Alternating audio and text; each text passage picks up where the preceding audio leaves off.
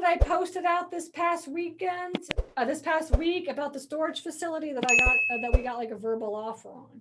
Is anybody following me? I just want to make sure y'all are following me on Facebook, Instagram, this kind of thing. Okay. Make sure that you guys are following me.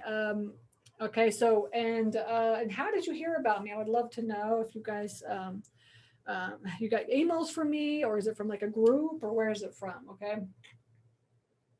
And if you don't know who I am, I'm Stacy Rossetti. I have been teaching people how to invest in real estate for 10 years. And over the last 5 years, and the first 5 years, I focused on wholesaling and rehabbing, because that's what I did. As I was a rehabber, I rehabbed many, many, many homes, like ridiculous amount of homes. And then when I got pregnant, I was doing 15 rehabs at the same time when I got pregnant. And then all of a sudden, as this like mom to be, I was starting to freak out because I had so many rehabs going on. And I was like, how am I going to take care of this baby? Because has anybody rehabbed a home before? Or has anybody rehabbed 15 homes at the same time? All right, I've done that. All right. I do not wish that upon anybody at all, but I've done that. Okay. And so what we did, like I got pregnant and I started like freaking out. And I was like, okay, I need to start focusing on passive income, because up to that point, for the last 5 years, we had done like literally had done like 100 houses in that 5 years, like rehabbed 100 houses. And it's like, and we were just like, whenever we closed on a house was when we got paid. Like we had never focused on passive income before. And when I got pregnant, I started thinking like, crap, now what am I going to do? How am I going to take care of this baby? Like, it's always going to be like, am I going to close on a deal or not? And so I told my realtor, my then realtor, that, and I actually, I still have the realtor's like still my realtor, but anyways, he has been my realtor for the past 10 years. But I told him at the time, which was around like 2015, right around 2015, because I had Lily in 2015. So 2014, 2015, I was like, I need to start focusing on passive income. Just send me everything that you can find for passive income. Remember, 2015 was like, that wasn't even the boom. The boom was like 2017, 18, 19. Now it's like, of course, ridiculous, right? And in 2015, we started looking. This was like 2015 was when nobody wanted to be in multifamily, like nobody. And so we started going out and looking at multifamily, like apartments. I was like, maybe I could buy an apartment and rehab it. Then I was like, man, I don't want to rehab any more houses, apartments, anything.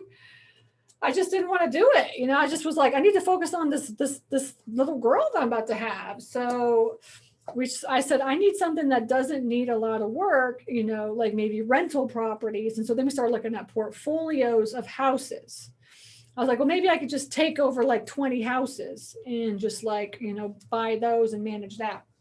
But honestly, the truth is, I was so tired of rehabbing houses. I was so tired of houses. Like, I just didn't want to do houses anymore. So it's like, then luckily my realtor came across a storage facility in Fayetteville, Georgia. I saw somebody put Fayetteville, Georgia. I think that was Keith or Dion or whoever that was.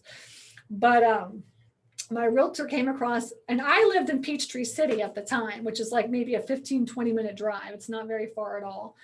From where I live to where the storage facility is, it takes at the top's like 20 minutes, which is like perfect location. I was like, oh my gosh, the perfect location. I could just get up and drive. And if I need to manage it, I could just drive over there. Right. I was like, let me go look at this storage facility. Right. Let me go look at the storage facility. This is the very first storage facility that we bought. Okay.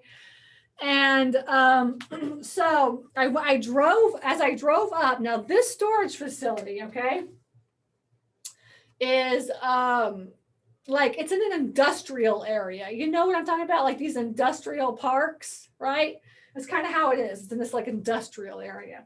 So there's like a main road right here, right? And then you would take like a right, and then the facility was kind of like this, okay? And there was like a school right here. Like a private school kind of right there, like a daycare private school kind of thing. And then there was like the owner, he had an office right here that he used for his is HVAC. Like he has a commercial HVAC like company or whatever. So he does like commercial HVACs is what he does. And so he was right here. And he had just went out and bought this piece of property right here. And he was just like, I'll just buy that and I'll just put some storage facilities up. In 1980. In 1980. All right, cool. Nice to meet you, Kate. Yeah, I think I've met you before. I can't remember. You sound familiar. And so in 1980, he bought this property and he had his HVAC company had already been there for another like 10 or 15 years. All right. So he just decided to buy this property. This is how the facility looked. Right. Now, this is a 3-acre property. This is 3 acres. There's a lot of land. Okay. 3 acres can get you 300 units. Okay, just think of like 100 units per acre, something like this. If you just do it like normal, like if it's all weird and stuff, then you can't do that much. But if you're just like row, then you can get like in 3 acres, you can get like 300, maybe 250, 300.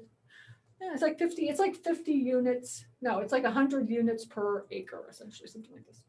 Okay, but he had 3 acres. All right, and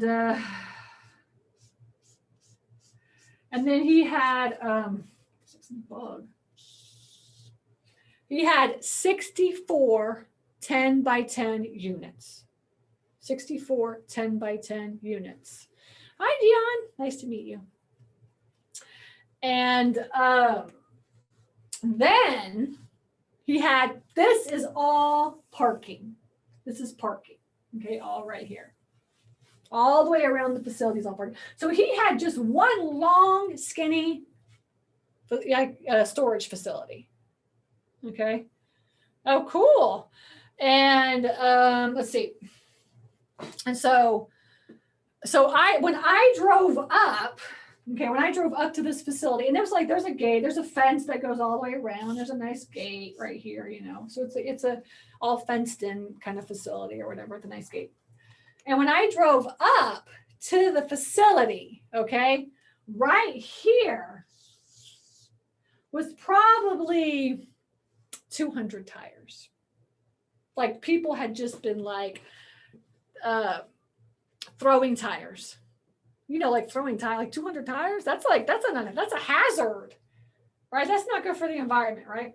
And I drove up, you know, me as a rehabber, I was like, yeah, I love it. All right, awesome. I was like, I just knew as when I saw those tires there, I was like, this is gonna be a good place. I can already tell. And then like you could peek in and see, and like there was like cars and trucks and all kinds of stuff just everywhere. When I drove up, there was like an RV like right here, like in the weirdest parking spot. And then like all this, like I could not go in because there was a gate. I just drove up to see what it was look like. And so like I just like you could just tell that the guy was like, go find a spot. It was like really just utter chaos there, right? So I was like, yes, this is awesome. I love this place. Right? Because me as a rehabber, like there ain't nothing that scares me anymore. Just nothing. All right. I've done it all. I've built houses. I've done everything. Right. So now I had no idea about how to run numbers for a storage facility. No idea at all. I had no idea about storage facilities. But I already knew that this was like a mismanaged facility. Now back I didn't know it was mismanaged facility, but like now I know it's a mismanaged facility. And like, you know, like mismanaged facilities are one of the best ways to make money in the self-storage. And this way I only buy, mostly I would say 90% of everything I buy is all mismanaged.